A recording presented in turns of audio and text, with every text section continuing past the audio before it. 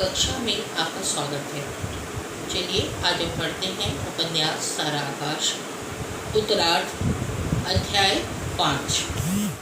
Summer अब अपने घर से भागता जा रहा है। कानों पर उंगली रखे, कोई शोर न सुनाई दे, कोई आवाज़ न सुनाई दे, क्योंकि उसके दिमाग में सिर्फ घर वालों की आवाज़ चल रही है। वो भागकर उस पार्क में आता है जहाँ विवाह के पहले आकर लेटा करता था। वहाँ वो लेट जाता है और याद करता है कि घर में क्या क्या हुआ। घर में प्रभा खाना बना रही थी, सबके खाने का समय था। अमर बैठ के खाने लगा। अमर ने अचानक पूछ लिया कि रोटी में घी क्यों नहीं लगा है। प्रभा ने कहा खत्म हो गया। अमर ने कहा कि अभी परसों ही तो सेव भर आया था। बात बढ़ गई। अमर ने कहा कि ये क्यों नहीं कहती हो कि सारा घी अपने पति को दाल में डाल डाल के खिला देती हो, रोटी में चिपड़ कर खिला देती हो। बाहर चौके के बाहर बैठा समर अपने जूते में पॉलिश कर रहा था। उसने ये बात सुना, अंदर आके बहुत तेज अमर को डांटा और उसके पीठ पर लात मार दी। अमर भी भनभनाता हुआ थाली फेंक कर खूब तेज से रोते हुए माँ के पास गया।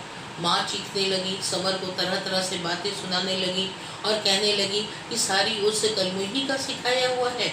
आज तो जो है सब शिक्षा दे रहा है, आज सबको बता रहा है कि क्या तमीज़ होनी चाहिए। तरह तरह की जब बातें हुई तो समर ने भी कहा कि एक दिन मैंने प्रभा के लिए धोती मांगी, वो नहीं देते बना। क्या खाती है, कब सोती है, कब क्या करती है, क्या किसी को उसका ध्यान है। भाभी क्या करती हैं? बच्ची होने के बाद से भाभी तो कुछ काम नहीं करती है, आखिर वो भी तो काम कर सकती है। क्या सब दासी हैं? तब अम्मा ने उस बारे में कहा। उधर भाभी ने समर की बात को सुन लिया। वो भी झटके से कमरे में अपने बच्ची को पटकते हुए निकली। प्रभा रसोई में आई। प्रभा को कस कर खींचते हुए अलग किया चौके से और अपना बैठ करके गुस्से में रोटी बेलने लगी। प्रभा ने कहा जेठानी जी मैंने क्या किया है, मुझसे क्यों नाराज हो रही हैं? पर भाभी भी बहुत कुछ बोलने लगी। प्रभा ने बच्ची को रोते हुए सुना। वो अंदर गई, बच्ची को उठा के चुप कराने लगी। पता नहीं कैसे भाभी को ये समझ में आ गया कि प्रभा अंदर गई है। वो गई और बच्ची को खींचने लगी। प्रभा कही कि बच्ची को तो चुप कराने दीजिए। इस बीच बच्ची और जोर जोर से छीना झपटी में रोने लगी।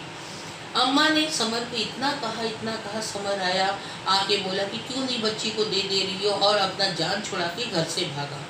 यही सब समर सोच रहा था। उसकी दिमाग की नसें फटी जा रही थी। घर को समझ रहा था कि एक नरक हो गया है। किस तरह वो घर से भागे, इस दुनिया से भागे। तभी पास में बहुत तेज गोली चलने की आवाज़ आती है। समर का ध्यान उधर जाता है। वो जाता है, धीरे से उठ के वहाँ देखता है जहाँ भीड़ लग चुकी है।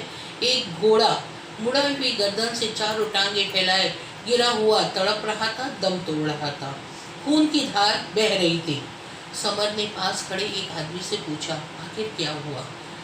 उस आदमी ने एक आदमी की तरफ इशारा किया जो खाकी पैंट और सफ़ेद कमीज पहना हुआ था कि इनका घोड़ा था, काफ़ी दिन से बीमार चल रहा था, बहुत कष्ट झेल रहा था, अतः इन्होंने आज उसे गोली मार दी। समर बड़े ताज्जुब से बोलता है कि अगर वो कष्ट पा रहा है, इतने दिनों से पाल रहा है, प्यार कर रहा है, और उसे गोली मार दिया, कभी किसी दिन इस तरह अपने बुढ़े पिता को भी मार देंगे। तब वो आदमी बड़े व्यंग से उसको देखकर कहता है भाई साहब, किसी को कष्ट पसंद है, देख सकता है, किसी को कोई कष्ट नहीं देख सकता है, इसमें कोई गलत बात नहीं है। समर वापस वैसे ही अपनी जगह आ जाता है और लेटे लेटे सोचता है आखिर मेरे आने के बाद क्या हुआ होगा, प्रभा के साथ क्या बीता होगा। शाम जब हो जाती है तो धीरे धीरे वो अपने घर आता है बेमन से। बाबूजी नहीं आए थे, भाई साहब नहीं आए थे और सब अपने कमरे में चले गए थे। समर किसी से कुछ बात नहीं करता है, ना कपड़ा बदलता है, चुपचाप आके लेट जाता है। धीरे से प्रभा आती है, उसके माथे पे हाथ रखती है, कहती है खाना खा लीजिए। समर ने बस इतना ही कहा, क्या तुमने खाया? प्रभा ने कहा नहीं, मैंने अभी तक नहीं खाया। यहीं पर इस अध्याय